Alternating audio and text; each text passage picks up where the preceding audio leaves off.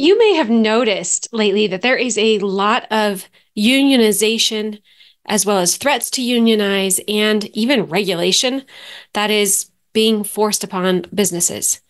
And I get asked a lot from people, why is that happening? Well, it really comes back around to the things we talk about all the time, which is the people revolution, and that people are no longer going to tolerate working for companies that do not treat them well. And if they feel trapped in a job, it's going to force them to actually try to do what they can to make the conditions better.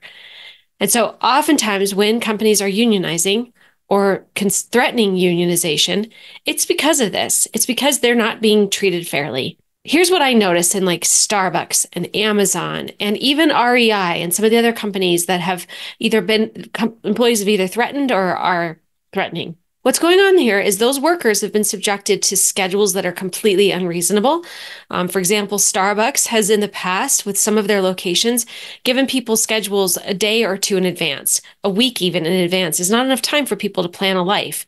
Oftentimes, these schedules are also very unreasonable. So it might be doing back-to-back shifts in a overnight, or doing a late night shift one night and then coming back the next morning early. People don't want to work like that. That's too hard. That's too stressful. Additionally, a lot of folks in Starbucks and Amazon are subjected to conditions that are not always ideal. They're not paid very well often. And they're oftentimes also, dealing with very stressful conditions in the jobs themselves. Amazon, for example, has these incredible pressures to get packages out the door, speaking specifically in the fulfillment centers. Starbucks, on the other hand, has, also very high demands on having this public facing job. If we can step back and examine the conditions that people are experiencing as workers, I think we can start to imagine what's causing them to want to make a change.